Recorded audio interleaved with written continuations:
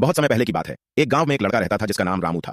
रामू गांव के अलावा कहीं और ज्यादा देखने के लिए कभी नहीं गया था। वह अपने गांव में खुश और सामान्य जीवन बिता रहा था। एक दिन रामू की माताजी ने उसे ग्रामीण मेले में ले जाने का निर्णय किया।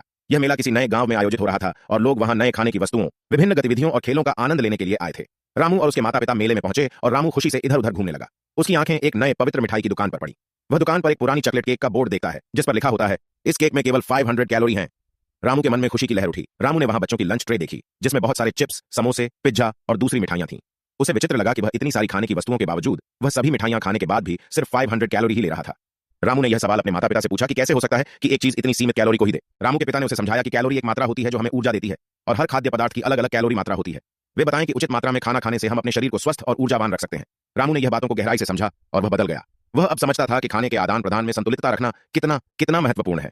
उसने यह भी सीखा कि वस्त्राधान और संतुलित व्यायाम भी उसके स्वास्थ्य के लिए आवश्यक हैं। इस घटना के बाद से रामू ने स्वस्थ आहार की ओर ध्यान देना शुरू कर दिया। उसने बाजार से स्वस्थ फल,